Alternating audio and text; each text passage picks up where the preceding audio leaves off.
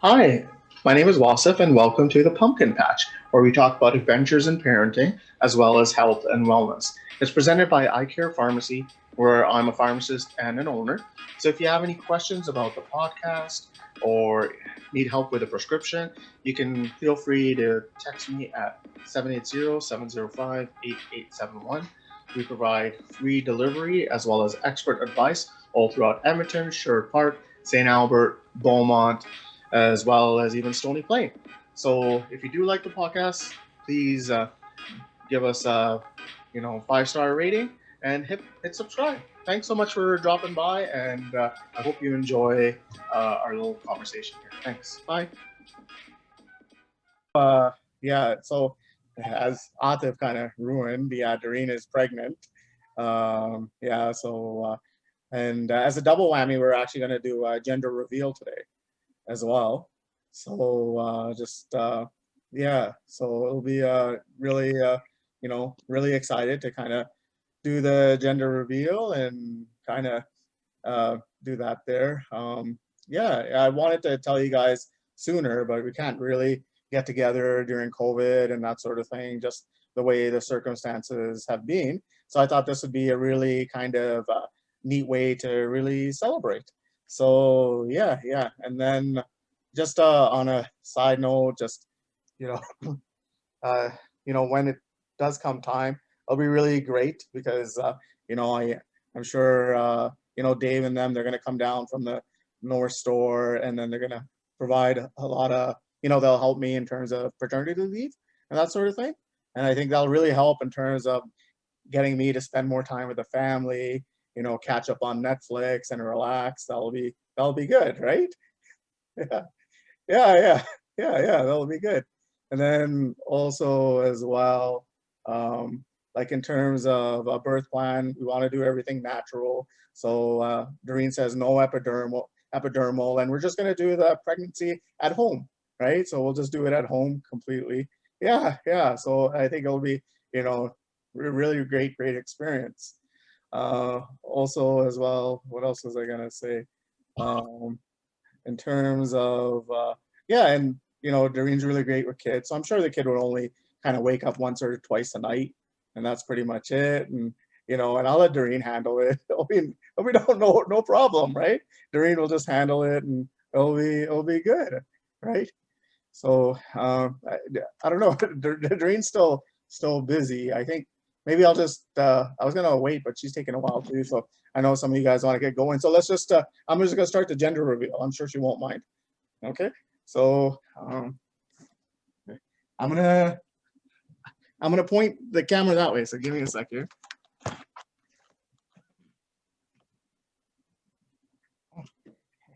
It's a window. Just kidding. I don't know. Just tell us gender audit. I'm not saying anything else anymore. I'm not saying anything else anymore. Man, you already no, I'm just kidding. Okay.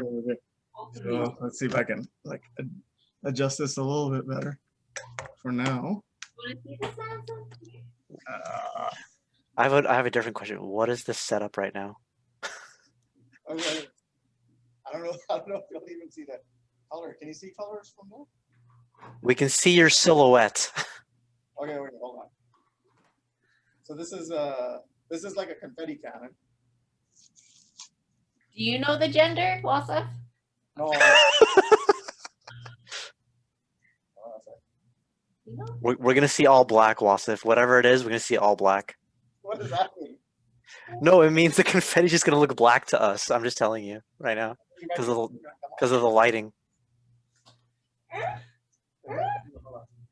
I'm assuming a different color confetti's coming out, but I don't know how do I do it's backlit. The lighting behind you is making it. yeah, it's making it look all like just shadowed. Hey, can you take that laptop outside? Yeah, I can do that. Yeah.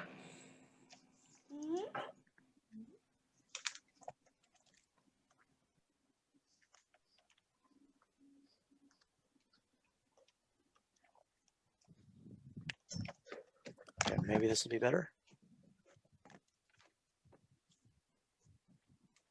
A little bit better, right? Yeah, you can see colors. I'm just gonna do it towards the screen. Okay. Okay. Okay, ready? 1, 2, 3.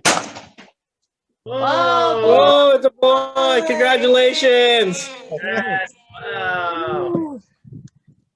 Okay, thank you for not destroying the laptop, by the way, Yeah, there's because stuff on the I'm still laptop paying right that now. off. Yeah. How are you? Sorry. Congratulations, Congrats, Wasif. Wasif. Oh, thanks, man. All right, congrats.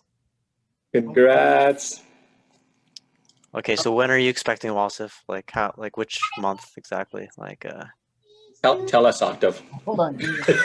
I don't know anything. I know nothing I'm now. just kidding. I'm an empty shell. Where'd he go? Coming. I had to close the balcony door and stuff. Okay. And then, oh man, I fucked up the screen a little bit. No, it's okay. So yeah, with Octave's question, when are you guys due? Oh, hold on a sec. What's up, honey? Wasif, Yeah, what's up? oh my God, where did you go, man? I was calling you from upstairs. Oh, I did the gender reveal. I know, but I've just been busy and like I needed your help. Well, Marianne said to go on ahead without you. You know what? Here, you take the baby. Okay. Hello, this is the gender review. Welcome. Marcus, you were right. I was right. Yeah, that's guy. He had the baby. We had him last time. I really wanted to make it a surprise, so Yeah. Is it a boy? Baby. Wow, you already had a baby? well, I didn't get a chance to see anybody. No. Congratulations. I'll have to come to the other side. Quarantine baby. That's baby Atlas. He's been around for about a week. Dallas? Atlas. Zane, Like from Astro Boy. Oh, yeah. Zane Joseph Kamal. This was Wasif's idea. I told him, like from the beginning, I'm like, He was like, your friends are gonna be pissed. yeah, And I they're was gonna like, be no, so no, pissed. it's gonna be I was like, this hilarious. is gonna be hilarious. And then hold on. So move it towards here. Oh. It's so fresh. Born last week on Wednesday, May the 26th.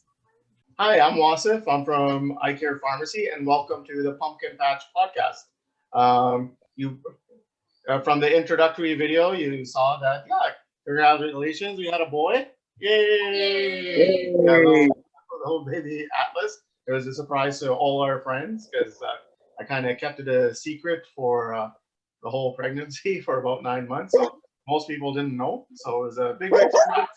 And then, yeah, this used to be called the iCare Podcast, but just rebranded it to the Pumpkin Podcast to kind of just help out with, to kind of get a name that's more suited for what we're going to be doing, which is talking a lot about, health and wellness in regards to parenting and kids and taking care of little ones and just adventures in parenting.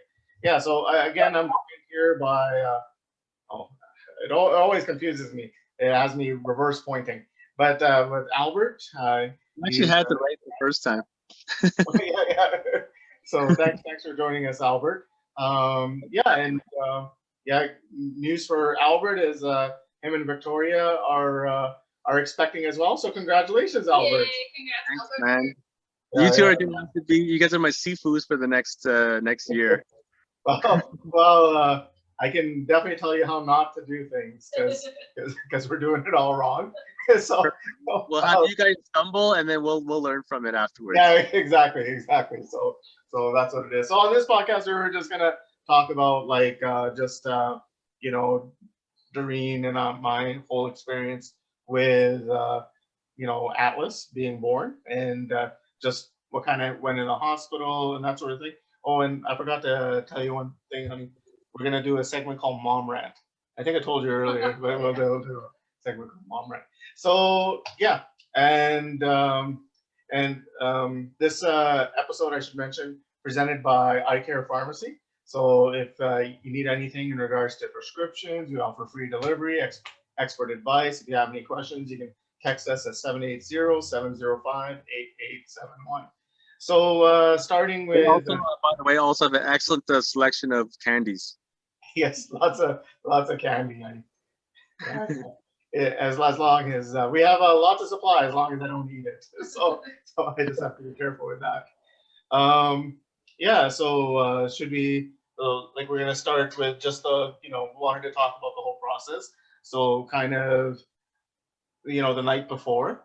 So Yeah. what kind of led up to that? Like I think we were in a situation where they had scheduled you for inducement, right? Because of gestational diabetes.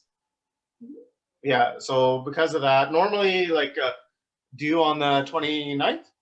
I was due on June 1st, and June 1st. and then I gave birth like 4 days before that, which is fine. Yeah. So due on the 1st, but induced on the 25th. Yeah, on the 25th. But they asked me to come in the day before, and just to talk about this, every experience. Okay. You're just crying because I'm feeding right Yeah, now. that's okay. Everybody is different. Like I'm speaking from my own personal experience, so mine is not like any textbook. Okay, sorry. Yeah. Everyone kind of has a different experience, right? So like I know a lot of people have given us advice in terms of what works for them, but every baby and every parent is really different. Yeah, So and it kind of depends on your situation at the end of the day. every birthing is different too. Like every birthing experience is different. So I'm just gonna speak to my experience, and in no way let that be a foundation of like what your experience, Albert's gonna be like, because everyone has a different experience. Every body is different. Every woman has a different experience. So yeah. Yeah. So why don't you talk about what is inducement? So inducement is when they induce birth artificially, like it's not naturally. So it's not like your water just breaks by itself. Mine had to be like they ripen your cervix for it to be ready for birth, and they either use like what is it called, oxytocin? I don't think they use oxytocin more so to help with the contractions later on. But with me, they used Cervidil. So basically, it's like a tampon insertion that they put behind the uterus, and then like in the uterus, sorry, and then it allows for the contractions to begin. And so the day before, they called me on the 24th because like it was like long weekend and nobody was there, and they had some things, but I wasn't mentally ready to go through it yet, and I wasn't even ready to like go in. So, and then the next day I went in. It was 8 a.m. that I was scheduled to go in, and I was scared. I was nervous. Didn't know what to expect. I hate hospitals. I have trauma from hospitals because of what happened to my dad. But luckily, I got through it. But yeah, within an hour, like it was very comfortable. Had a great experience with the nurses. Within an hour of them inserting the tampon-like thing, I started contractions. But the thing is, what they do is before that they put you on an NST. So they put like because I had gestational, so they check the heart rate of the baby for 2 hours, for first like 30 minutes, and then they insert you, and then they put you on they insert you with the Cervidil, and then they keep you for an hour, 2 hours, with the NST, like the baby monitor on your belly. And then and then they send you home. So they sent me home. So basically I was like, yeah, that's fine. I can handle this. The contraction's not too bad. By 12:30, by the time we reached the pharmacy, I was in hell, Albert. Like, I'm like, this is insane. Like because like the cramping from the Cervidil is a lot worse than what it would be if it was like a gradual buildup from your body kind of doing this normal thing, right? Oh, I see. Yeah. So it kind of makes it a lot stronger. So would they give you something in conjunction with that drug to kind of make it more comfortable for you, or no? Not at that point, because you kind of just suck it up. But it was like the worst pain I ever experienced in my life. And so, okay. I'm just kidding. Yeah, and it was just like what, 6, 7, 8, like 10 hours of that. Yeah. So what happened was we went home, and then the contractions started, and the contractions were like far apart or whatever at the Yeah, and beginning, they right? just became psychotic by like. So I was actually stressing out because I think that was kind of my deadline to get all my continuing education done. That's what's going through your head? Yeah. So I was like, I really got to get my continuing education done. And, I'm going to be a little bit stressed out. I got to get this done. And Daryn was like lots of pain at like 5 o'clock. And I'm like, she's in lots of pain, but, I think I could squeeze another couple You can hours. squeeze it in. You can squeeze it in still. Yeah. So I continued to work on my continuing education. And then I think at 7, like, 8 o'clock, you were like, I'm 7 like, I'm 7 or 8, she was just like, oh my God, I'm in so much pain. The contractions are so bad. I was on the And floor rolling. She was on like all fours. Gosh. And then I think I said, we can wait a little bit longer. Wow. Husband of the year. Yeah. So eventually we left at like 10 p.m. or It's like, something hold like on, that. honey, there's 10 more minutes of the game left. Yeah. So we got to the hospital, and then they check her for dilation, and then she was dilated like 1 centimeter, right? Which is not very much. Supposed to be 10, right? Or 10 is when you're like all the way, baby's coming, right? So okay. usually when they want to admit you is around 3 centimeters, I think. Right? Okay. So that 1 centimeter, it was not much pain, not much progress at that point, but she was in tons of pain. Oh, it was so bad. So they said, like, Daryn doesn't do any medications, even, to get the vaccinations, I had to really twist her arm. So she doesn't want any meds or anything like that, right? Yeah. And then the nurse that was on duty is like, hey, I could shoot you with some morphine, right? And Yeah. we didn't have to twist her arm that hard. They were like, yeah. Like, give it to me right now.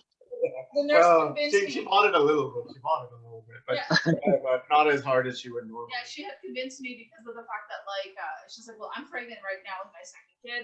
I took it. It's all good. Just do it. She kept like encouraging me to do it. So I did. And at that moment, I talked to my family doctor because I'm like telling her what's happening because she wanted me to update her, as I go. And she's like, just FYI, like the morphine, it's going to dilate you. I'm like, okay. So we were there for I guess morphine acts as a dilator. Yeah. Really? I didn't know that. Is it just because you're relaxed from not being in pain? Is that why? It must be, yeah. And then so we were 12 o'clock. Well, yeah, so they let us go like 12. At 12. We got home at 12:15. 12:15. My water and then our water broke as soon as she got home. We were home for like 10 minutes, water broke. And I think that's because of the fact that we took the Ellerslie Road home and there were so many speed bumps and bumps. I'm convinced that that's the reason why. It's really good driving. On the city. It's like swerving for the potholes. Yeah. And then it was so humiliating. So I'm like, yeah, my water just broke. Well, there's nothing to be humiliated about. I mean, your water breaks. It was embarrassing because what happened was they're like, come back to the hospital. Yeah. So once a water broke, even if it's like 1 centimeter, they want you back. It's like a waterfall. So I'm like going into emerge, and that night emergency room was so full, like it was packed, and I'm screaming, and there's water coming down. Like you don't understand. It was bad. Wait, is it painful when your water breaks? I've always been curious. Yeah, because the contractions It are is coming. painful. It was really painful. But the water itself, breaking is not painful. No. But if the contractions water increased breaking felt like I was having a really big pee. Oh, okay. Oh. That's what it felt like. It was just like big, like you're holding it for so long, and then you're just peeing it out. But it's the contractions that just got really bad, and it's not even like little pee. It's like water. Yeah. Baby, what's wrong? I'm gonna apologize for my dogs. I'm gonna. Oh, that's okay. I got the same problem Yeah, over here with this little guy. Okay. I think It's light. There you go. Yeah. Do you know? And then, Nitro, leave it. Nitro, leave it. and then so what ended up happening then was what? Yeah, so we ended up in the hospital, and then we went back, and then they have like a little bench for, like they took us to another room with like a bench and a bed and that sort of thing. And then so they had a little bench for me to sleep on because I have to stay overnight. Actually, so I got there at we got there at 12, and we were like technically there for about 2 days, right? Because once you're born, once your Atlas is born or your kid's born, they keep you for a full night after, just to make sure everything is okay. And then they So- shoo you away, right? Yeah, then they shoot you away. Yeah, No. but that's the thing of a natural, like I Yeah, had a natural birth. That's because Daryn had a natural birth. Well, she needed like forceps. She needed I forceps. did, and I did the epidural. And then she did the. Oh wow. Process before having to push. Okay. That's really interesting because yeah. I was like all sorts of like emotions and you're Yeah, it's kind gonna of be hard to hear you from there, honey. I'm okay. just sorry. I get it. Yeah, just tell them like it was just. Yeah, I was gonna say, Daryn, I could barely hear you. Yeah, yeah. Hold on. Yes.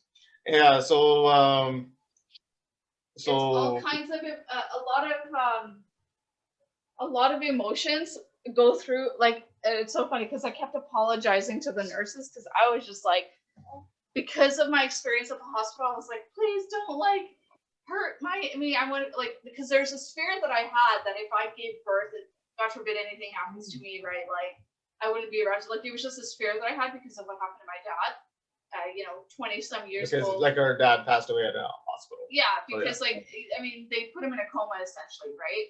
And then so because of a medical mistake, and this was my first time ever being in a hospital, like Oh for my something God. serious. So like for some major thing, right? Like I've been in hospital for injuries and other stupid things, right? So I was just worried to really the trust thing was huge, and then I was just like going off and venting and saying all kinds of stuff, and I was so sorry. Like I felt so bad. I think I like stressed the nurses out. Like, don't worry, you're Nurses safe. are really nice. Actually. They were super nice, but I'm Yeah. like, I'm This so is like sorry. a dream. They're like, It's oh, all we've good. heard worse. I'm like, I wasn't like swearing at them or anything. I'm just like being a. I wouldn't say I was being less than courageous. I wasn't courageous during that moment. I wasn't being very strong. I was just more worried that something would happen to me or the baby. And they're like, I think you were courageous. I had a fear, and you faced your fear. Right? yeah, and then like by the time it came to push, it was like all of those emotions just left me, and I'm like, let's just get this baby out, and I was completely fine. You don't want, baby, sorry, you don't want us to talk about And that? then, Yeah, but I took the epidural.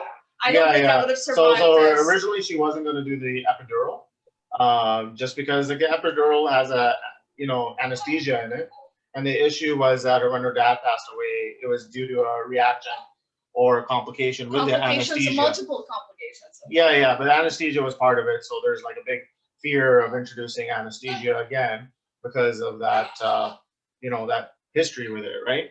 But the doctor that administered the epidural, He was awesome. he was amazing, right? And he really did a great job of just kind of explaining the risks and benefits. And he basically said like the epidural is just something that a lot of women do get, and we don't really have a lot of complications from it. But he took like he's a busy guy. He took half an hour out of his day to kind of sit down with Daryn and just answer all the questions. Before that, prior to this appointment. Yeah, and then he happened to be on call that night, so I lucked out. And then he had recognized me. I remember his doctor name was Dr. Chow, amazing anesthesiologist. And he's like, "Hey, what made you change your mind?" And this was like a month before I was supposed to be before that. And it was just amazing. And then he was just so good and I know I said some crazy stuff and he's like looking at you. Remember, we won't get into what I had said, but anyway, just very kind. Like the whole nursing staff, everybody was super kind. But yeah, if I did wonder what the big sort of like hesitation with an epidural is, and I thought it was only like because like how some kids have a severe reaction to anesthetics, like they can get like tachycardic or have an allergic reaction, for example. Like I'm sure the only reason why women would choose not to have an epidural, like I'm sure it wasn't just pride, right? or just wanting something more natural. I would imagine there was other risks involved that a lot of people weren't aware of until they're in that position. Yeah. Like I talked to, what do you call like a doula? Is that what it's called? Yeah, doula. Yeah, I talked to a doula, and then she was saying that with if you do it without the epidural, then the contractions are, I don't know. She said she made it sound like the contractions weren't as bad or something. I didn't really fully understand, I Mine were guess, horrible. because like from what I understand is like, Liz, she was like, I'm not gonna get the epidural, and then she was like, when she was in the middle of it, she was like, F this, I'm getting the epidural, and then they're like, hey, you missed the window for the epidural, and then she was like, oh, son of Oh, a bitch, right? This, right? So she just had to go oh, through it. Right? But so with the epidural, there was like, how many epidurals did you get? I think you got like you have the original one, and then they give you top ups. Yeah, like 4 Right. or 5, and they had to top me up. but does the epidural impact your ability to push or something? Is that part of it? It doesn't. It's No. just to help with the pain. It Because there's Oh. in the epidural, there's the anesthesia, but in the top ups, there's morphine. and it numbs like the Oh. area, so you don't like. I mean, I can feel my legs, I can feel everything, but I just don't feel like. I mean, I felt like when they were moving things around in there, but I didn't feel.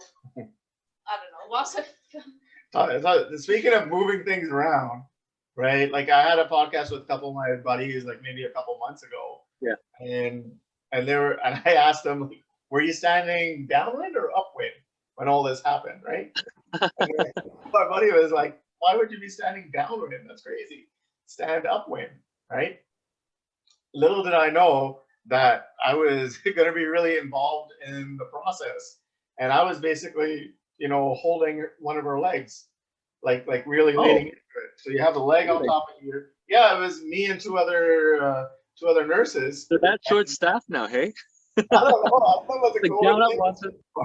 or I Yeah. don't know if they thought I paid for an upgraded experience. I don't know what.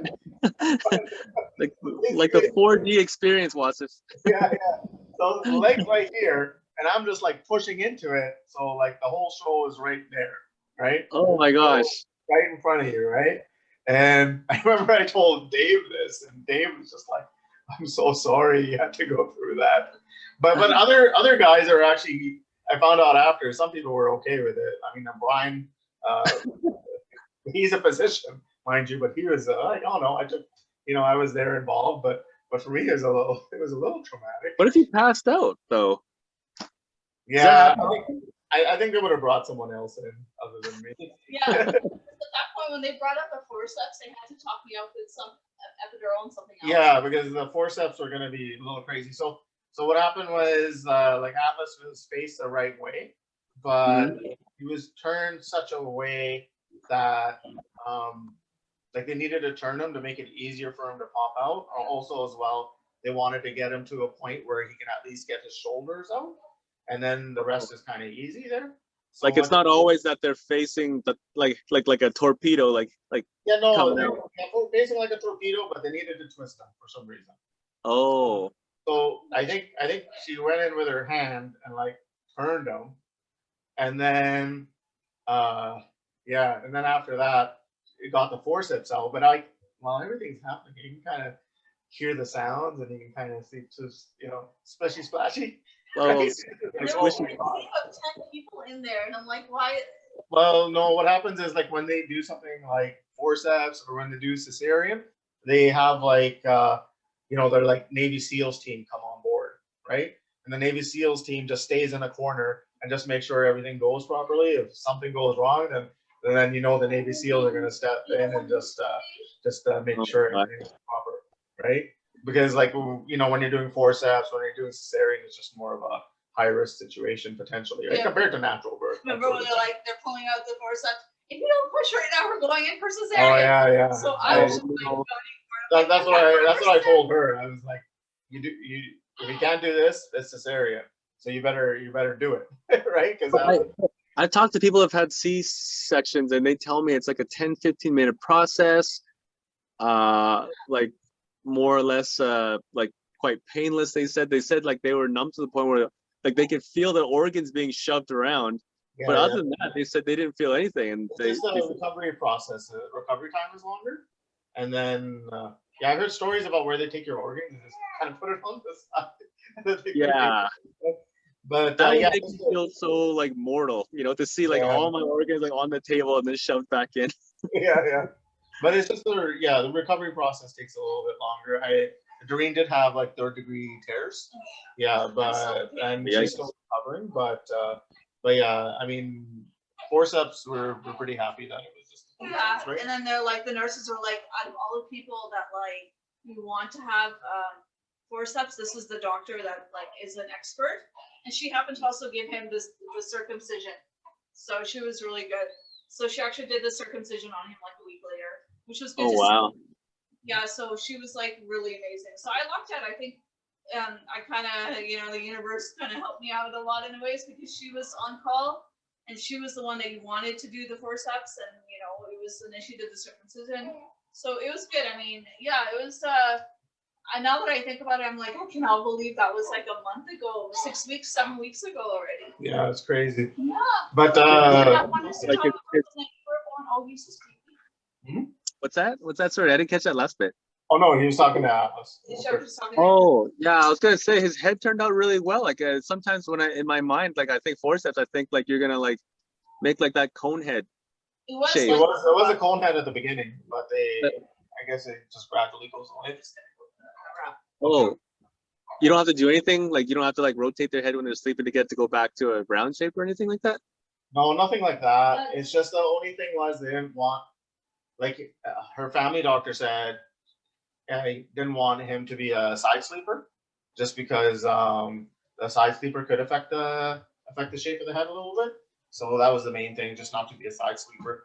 But I mean, we kind of found that out late, anyways. We didn't really have to do anything in regards to that. Talking to that same what do you call it, doula? Doula. Talking to the doula lady. I don't know if this is true or not. I was gonna look into it, but they said like sometimes when you use forceps, you can like strain their muscles. So I guess there are certain like physiotherapists and certain massage therapists that work specifically with forceps babies to relax the muscles again, that sort of thing. But I kind of have to do a little bit more research into it to see if how legitimate of a practice that is, just because he's an infant, right? But I thought that was really interesting. I can vouch for the fact that if you don't rotate the head, you do get a flattened part, because I think that's what happened to me too. I think my parents just left me on my back, like even though I had like a misshapen head coming out, and then now like I don't have a curve on the back of my head. It's like literally just straight up, like someone sliced a chunk off the back of my skull or something like that. So yeah, so You look fine. extra You look good. You look good. hats do wonders. Yeah. But the other thing I wanted to talk to you about after, because this is what kind of freaked me out, and we didn't really know about it, and so hopefully it helps you guys out. Is like for about like 5 days they're spitting up amniotic fluid.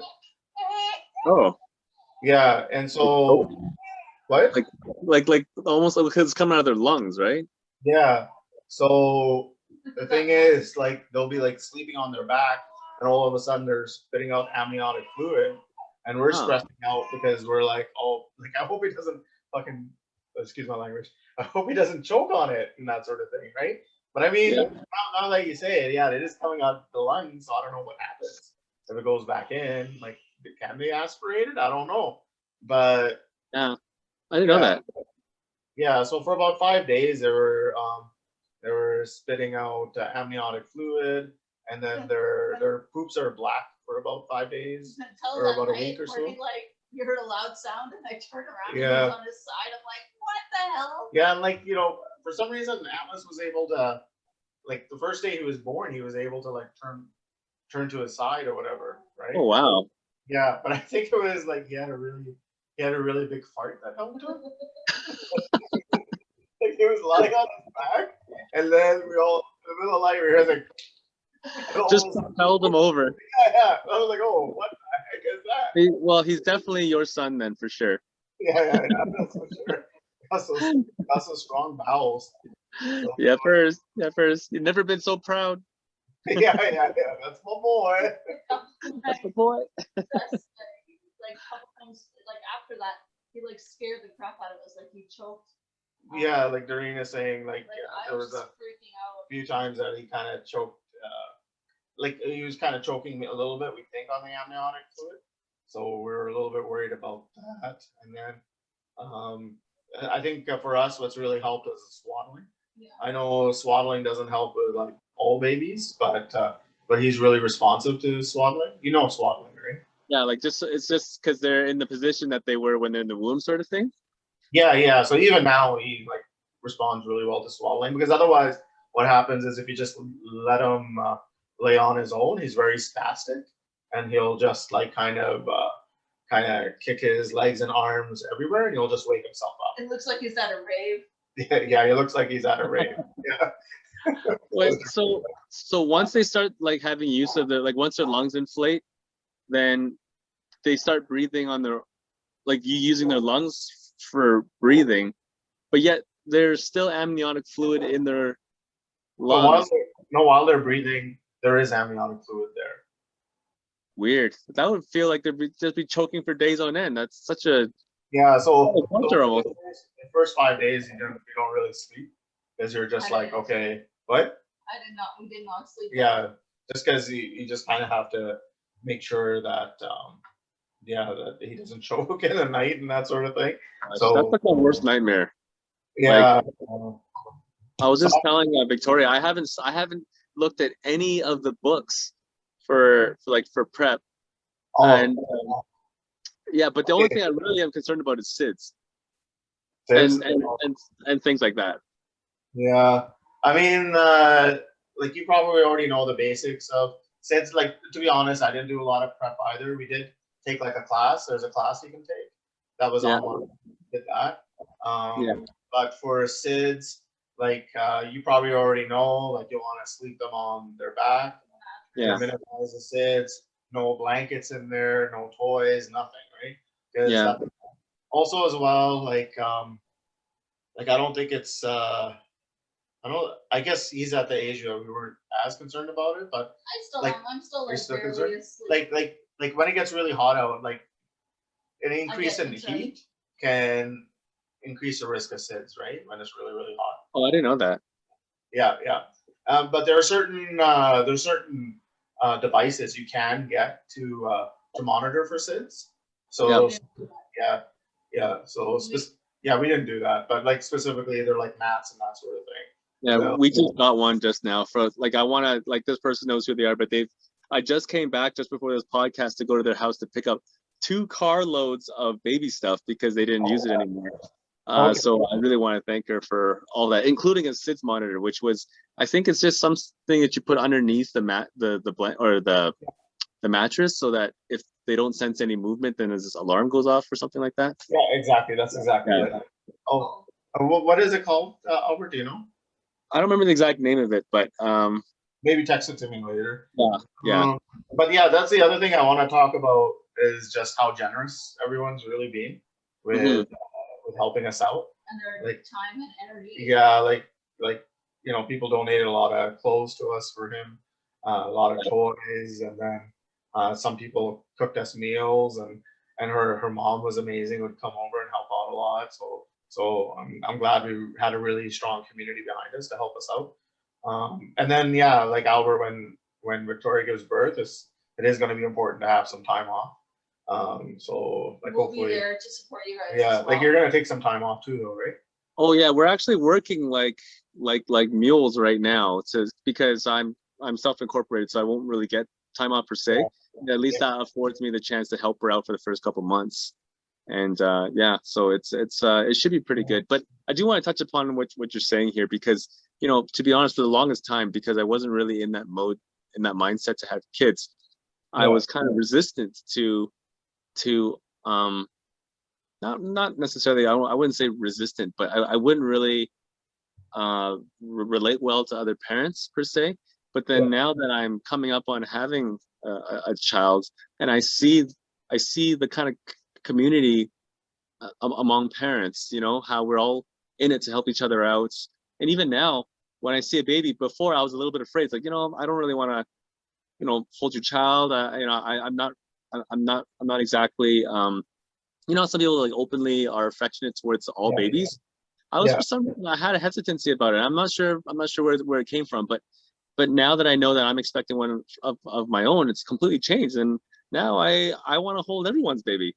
So Oh, that's great. That's awesome. Yeah, no, I was kind of in the same boat, Albert. It was like for me, it's just like this other world that I just wasn't aware of, right? it was fear, maybe, is what it was, Yeah. or something. Oh yeah. No, I was always scared to hold other people's babies too, because they tell stories about you injuring their necks or that sort of thing, right? You want to go Yeah. there. I haven't really done it too much, except now with Atlas. So I was It's a like you're little bit worried natural about for it. him. Yeah. But yeah, Doreen says I'm a natural now. It's the cutest thing Oh, I ever. bet. Albert, it's just instinct. Instinct kicks in. Like just Oh, tell me just- what it- Doreen's just saying it's like your instinct kicks in, and like then when just- you have Yeah. that sort of thing. Yeah. Exactly. I think it's like a paradigm shift almost. Like I always ask myself, like, is it that I worry that having a child will change my life, or is it that I just want to change my life because of this child? Yeah. Like, it's not hard. It's not a sacrifice. It's just like, this is now, like my life goal almost. So yeah, no, I'm excited. I feel like I'm ready. Oh yeah, you are ready. You're gonna do an amazing job. And it's fun because like you look at them. And can I'm you come gonna- here? Plus, I want you to talk about the last segment, Okay. about something important that I think will help Albert too. About the breastfeeding thing. Yeah. Yeah, that was bad. So Albert, one of the things that like it's just like I said, it becomes so natural, and then it's like, and then you see yourself in them, like the expressions, like the first couple weeks that Atlas was born.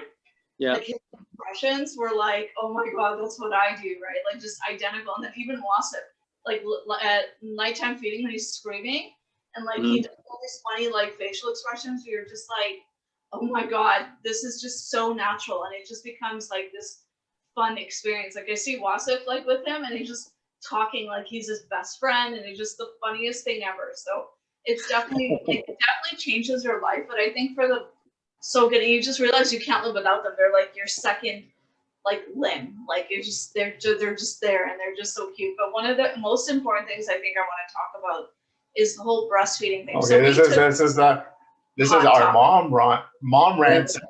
Presented Okay, by. I'm gonna take notes. We're taking notes. I'm Okay, ready. okay, yeah, I yeah. took prenatal classes and I knew that I wanted to breastfeed, okay? But I didn't know, like, I guess I didn't educate myself on them the way that I should have because, okay, baby. I will put him in front of the camera. It'll be in the back. Yeah. Yeah. He's gonna. So one of the things that I wish I would have done is done pre-homework because I didn't realize how crazy breastfeeding how hard breastfeeding was gonna be. So where I gave birth at the Grey Nuns, they really pushed that, and that's Okay. fine. That's great. And they show you, they're like, yeah. And for the record, like the nurses at the Grey Nuns are really Amazing. great. I Oh, can't. that's actually where we're going to.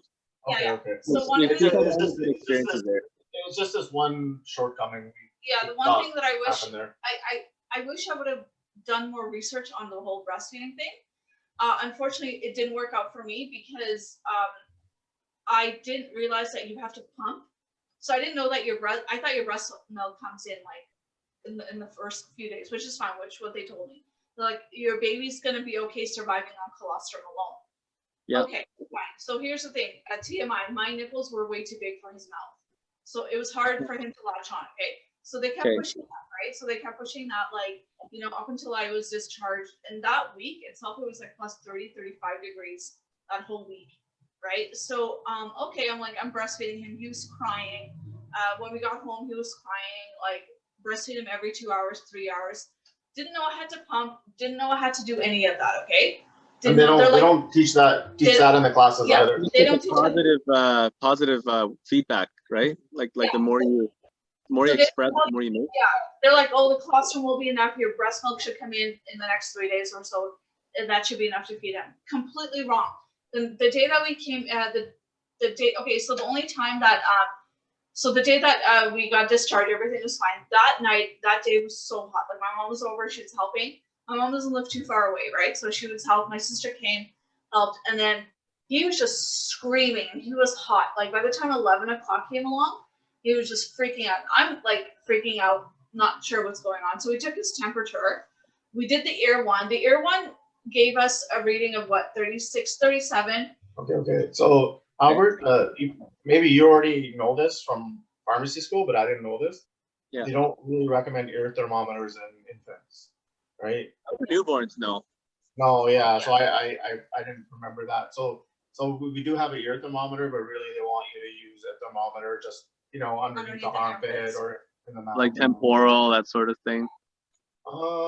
Like, weren't they supposed, like they said, like because the ear canal is a little bit more twisted for newborns, that if you're not angling it correctly, you're not going to get a proper reading. Is what I've been told. Okay. Yeah. They didn't say the reason why, but yeah, they just want you to use like kind of, for lack of a better word, old school digital monitor that you put under the armpit or orally. That's the best one to use.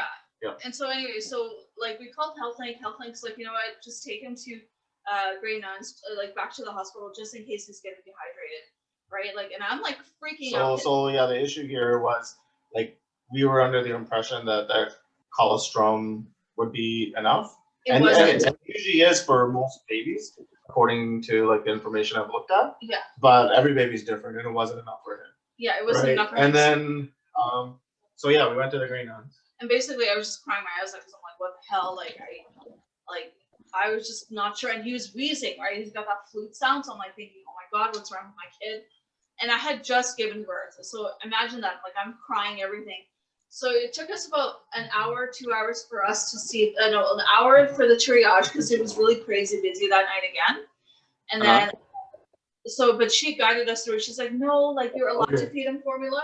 Yeah, before you go to that point. So we made the mistake of, like the nurse we saw at the Grey Nuns was amazing on the ER. Everybody was amazing. But we got there like at 12 and they saw us about 5 a.m. Right? Wow. And the mistake I made was I went back to the Grey Nuns because that's where we were discharged. And they have like a maternity ward. So I thought they would have a section just for maternity patients. But really, you end up in a situation where if you need to go to emergency, make sure you just go to the stollery instead. Just go. Like I went to Grey Nuns because it was closer, but it would have saved us a lot more stress if we went directly to the stollery. That being said, the nurse that talked to us, I'm really grateful that she talked to us. So the nurse so when they saw us, by the time they saw us, like the nurse, so the triage nurse like was amazing. She calmed me down. I rushed out like crazy, so I didn't pack a diaper for him, or I didn't have Infamil. So one of the things When we went to the so they gave me a diaper to change it, and they're like, no, you give him formula. It's fine to supplement with formula. So, and I'm like, yeah, but they didn't tell us that. They're like, yeah, that's what they do because like certain hospitals are very big on pushing breastfeeding, but they don't actually show you how to do it. So what they were saying is like upstairs at the maternity ward, they have like a policy of breast is best, meaning that they're really going to emphasize breast milk, and they won't really talk about formula and that sort of thing. They don't talk about that. Versus like when we went to see the nurse at the ER, she said, well, I'm not tied down by those same type of standards. So it's not that breast is best, it's fed is best. So however you're getting your baby fed, and if they're if they're growing at a healthy weight, that's what's most important. We would love to be in a position where we could breastfeed and that sort of thing.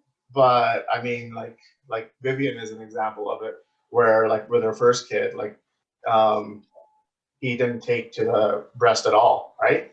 Versus the second kid did take to it. So every kid and every parent is different, and you really do need to find just what works best for you. Yeah. So at the end of the day, for me, how do you know if Atlas is satisfied? Like, can you depend on his signals to let you know that he's had enough, or? It was hard. Breastfeeding for me was really hard. He gets milk drunk. Yeah, he gets milk drunk. Oh.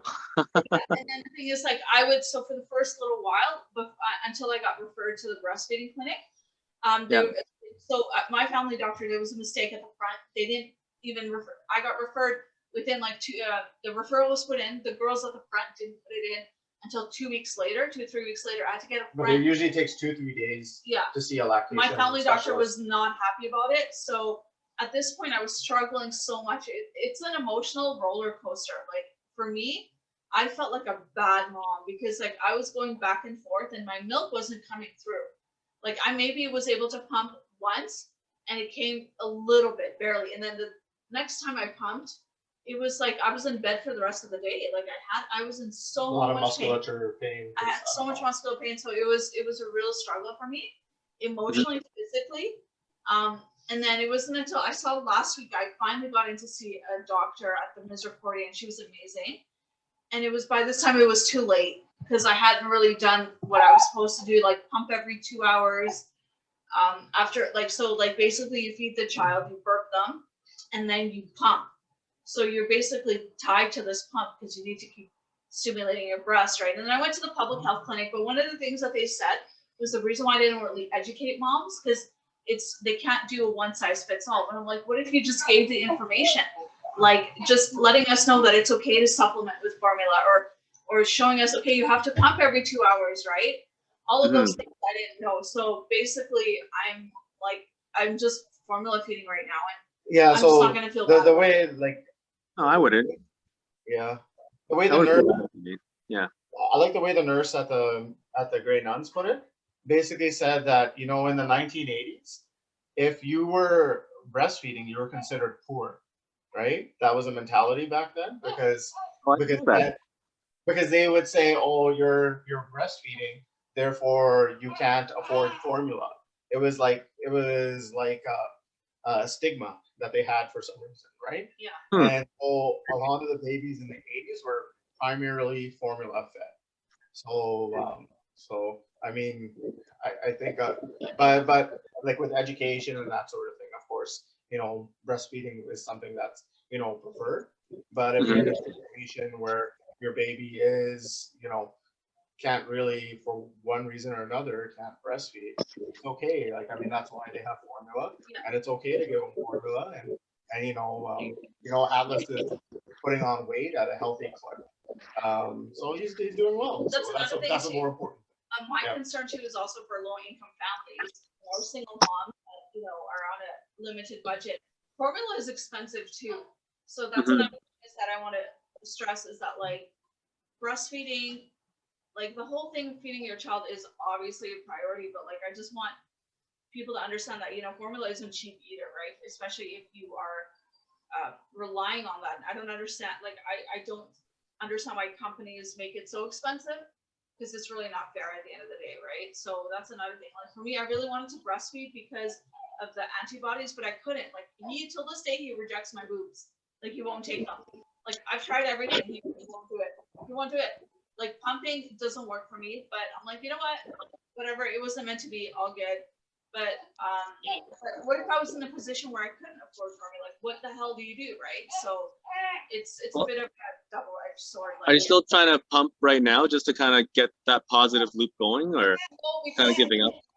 To be honest with you, I didn't, because I think I was so emotionally spent, and also because I'm in survival mode. Like I'm in survival mode in the sense that once if your baby needs to feed, he needs to feed. Like that's it. Like you don't really think about anything else but that. Right. No, I agree with you. It's been 7 weeks now. Like even like when that doctor, she was like, there is no point. Like she's like, if you do, you're gonna have to have support because you're looking at pumping the whole day. I don't have time for that. Like, you know, like you're looking at like feeding, burping, pumping. By the time he's up from his nap, I have to feed him again. So it's just like I'm Nonstop. Yeah. So, but Yeah, and like to Doreen's defense, there's other things that were, like for instance, she has like actually a job interview tomorrow for like something, a supervisor position. Yeah, but not only that too. For me, I was in a lot of pain at the beginning. Like for the first 2-3 weeks, I was in so much pain because of the birth, and I was taking medication too. So it was really hard to sit and pump like that, and my muscles were just killing me, Albert. Like I was in so much pain, right? So pumping was really hard, and it was just an emotional roller coaster. So I mean, I'm sure Victoria, because both of you guys are healthcare practitioners, you've educated yourself, but really like educate yourself more and try to get more information. And be ready. Like be ready by October. Start getting that, like the pump ready. Start getting everything ready, because like if you want to breastfeed, like the first day you give birth, you want to get the pump going and get all Well, that. actually, I think what you're saying is pretty on point. Like, I think survival mode is a term I've heard a lot when I've asked people about like what parenthood is like in the first few months. And something tells me that the fact that we're both healthcare professionals probably won't make a lick of difference, because at the end of the day, even right now, when it comes to caring for ourselves health wise, I mean, if I'm the patient, I just throw everything out the window. I just take any cough syrup I can find. You know what I mean? Like, it helps a little bit, but it doesn't. helps a little bit, but in the spur of the moment, you're just gonna do what you can to just to get through the night, that sort of thing. You know what I mean? Yeah, it's survival mode, because honestly, he fought me on it so many times. So I would give him the bottle first, because initially I'd give him the boob. He'd maybe 10 minutes barely, and then he would scream and I'd give him the bottle, right? And then afterwards it became a whole thing where if I gave him the boob, it's like the boob, it was like a nightmare. Like he would fight me, so I'd have to like, no man, it's like 3 a.m. I'm in lacking sleep. I'm in survival mode. I need to give him, you know, like it just became about like, let's just get my kid fed, and you know, that's what I'm not even sure how we're gonna handle it. I'm not even sure if I should supposed to, if Victoria wants me to say this, but like, it's right now, like, you know, her body's going through a lot of changes, and like her breasts are getting bigger. At the same time, they're so sensitive that she can't imagine a baby latching on, or latching on improperly, no less. You know, so like to have that sort of fear, like it might be tough for us to do the same thing, like to consistently breastfeed. And she might be different. Like she may have good flow. My flow didn't really come in until like 4 or 5 days later. Yeah, typically it's like 2-3 days. Yeah, mine didn't come in. So everybody's different. Again, I'm speaking to my experience, and yeah, it sucked. I mean, I wasn't able to give my baby what he needed, but again, I'm just not gonna feel guilty about it anymore. No, I don't think that should ever happen. I think a lot of emotions come in. Like, you know, I've heard everything. I've heard guilt. I've heard resentment. But at the end of the day, like, I mean, this is a lot of, you know, for a lot of people, new territory. Even if it's your second child or third child, I'm sure it's a different experience. So, yeah, no, it's a lot for a person to go through. Yeah, like, I mean, you do your best, but at the end of the day, just, you know, you got to be forgiving to yourself too, right? You're learning things as you go, and don't hesitate to ask, you know, people like us who've gone through it before, if you do need help or advice or anything like that, right? I appreciate it. No, I'm definitely gonna be turning to you guys for some guidance, I think, because And I'll tell you how not to do it. That's for sure. Well, I was gonna say, and just a quick plug for Pennant. What's like I know commonly I was recommending Owl Space, but you know which one's really good is that Penitent.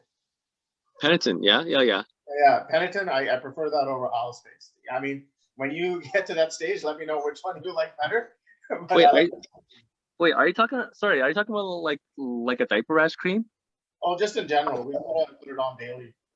What I was told is that the percentage of zinc actually doesn't really matter. It's actually like they're both they're all roughly the same. Like whether they pick like a 17 or 40% one.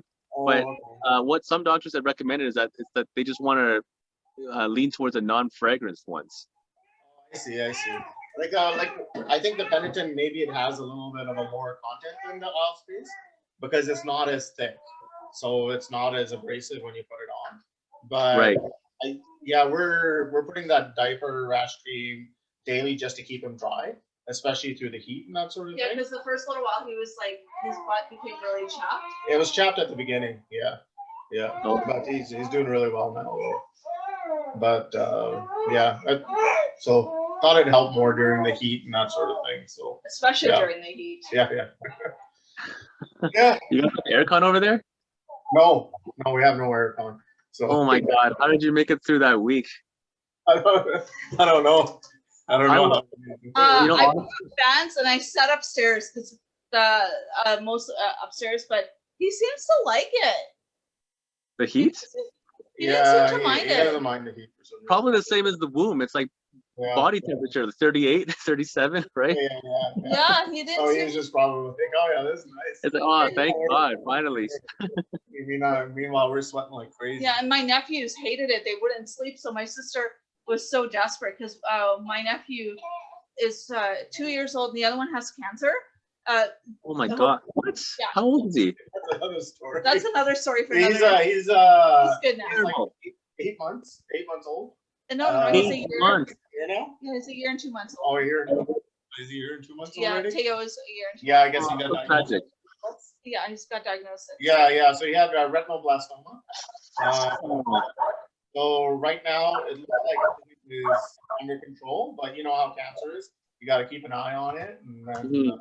But yeah. they're going for the regular checkups, but so far so good. Yeah, so anyway, but like my sister was saying, yeah, they wouldn't sleep and they got so desperate that they're like, that's it, we're gonna get air conditioning and essential air con. And they're like, I mean, it's expensive, but it's worth it, especially when you have kids and they weren't sleeping and one of them is in the middle of chemo and you're like, oh my God, right? So it's just whatever. That's pretty crazy.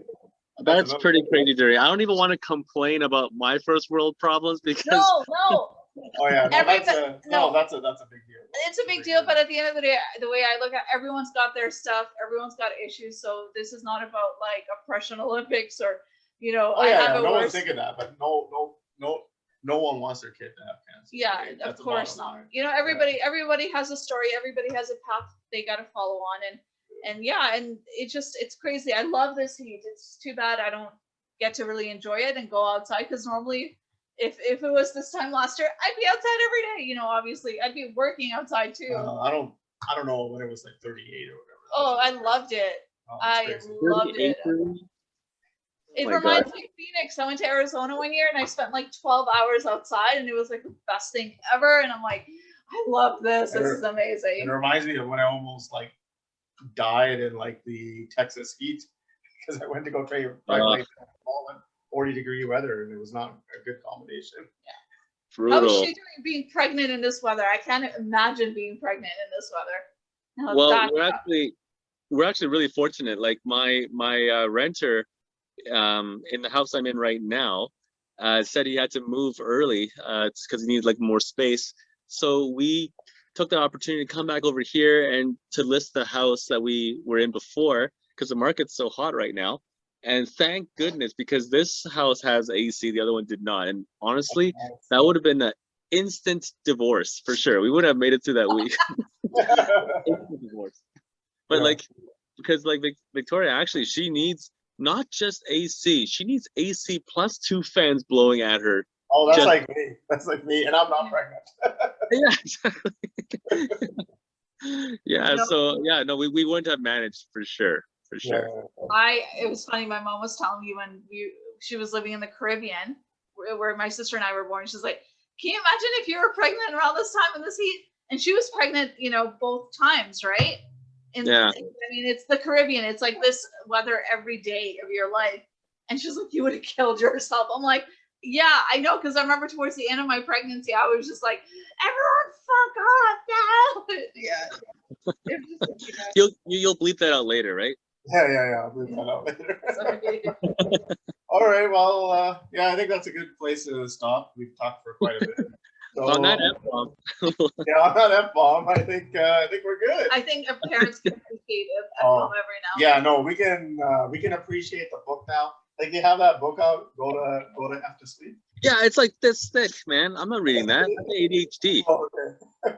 But I can appreciate the title of that book now. Oh yeah, and another thing is too, after you give birth, like the day after, like they call you that same day, the public health nurse. So if you guys live close to us, that means you're going to Rutherford, just down the Okay. road in Ellerslie. They're amazing. Like the public health nurses are amazing. They call in, they check on you every couple days, see how you're doing. Because of COVID, they don't come to your house because normally they would. In the past, they would, but now you just go to the clinic, or you can make a special request for them to come to your house. They check in, they weigh the baby. Yeah, it's pretty awesome. So yeah, definitely gotta give a shout out to And them. if you need it, I got a baby scale at home. Yeah. Oh, Yeah, You know- I had a doctor who was folding up practice, so he sold me his baby scale Yeah. for like So $20. So I was like, oh, I'll take it. nice. Can you Yeah. use it for, like for food afterwards too, like as a food scale? I was I thinking think about so. that. I think so. Yeah. Nice, perfect. Yeah, perfect. Awesome. Okay, well, we'll definitely keep in touch. Yeah, for sure. Okay, so thanks. Thank you so much. And give Yeah, her thanks for having me, man. Okay, Thanks for everyone listening to the Pumpkin Patch Podcast, presented by iCare Pharmacy. Bye. Thanks again for listening to the Pumpkin Patch Podcast. Again, if you do like what you heard, thanks again for listening to the Pumpkin Patch Podcast. If you like what you heard, please feel free to give us a 5-star rating and subscribe. And again, if you have any questions about the podcast or as well questions about your health or wellness, text me at 780-705-8871. And have a great day, and hopefully we'll chat soon. Thanks. Bye.